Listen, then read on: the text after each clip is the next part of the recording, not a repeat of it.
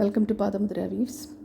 ഒരു regular wear അല്ലെങ്കിൽ ഒരു കോർപ്പറേറ്റ് വെയറിന് ഏറ്റവും കംഫർട്ടബിളായ സാരി ഏതാണെന്ന് ചോദിച്ചാൽ ഞാൻ കണ്ണുടച്ച് പറയും ടസർ സിൽക്ക് അല്ലെങ്കിൽ ചന്തേരി കോട്ടൺ.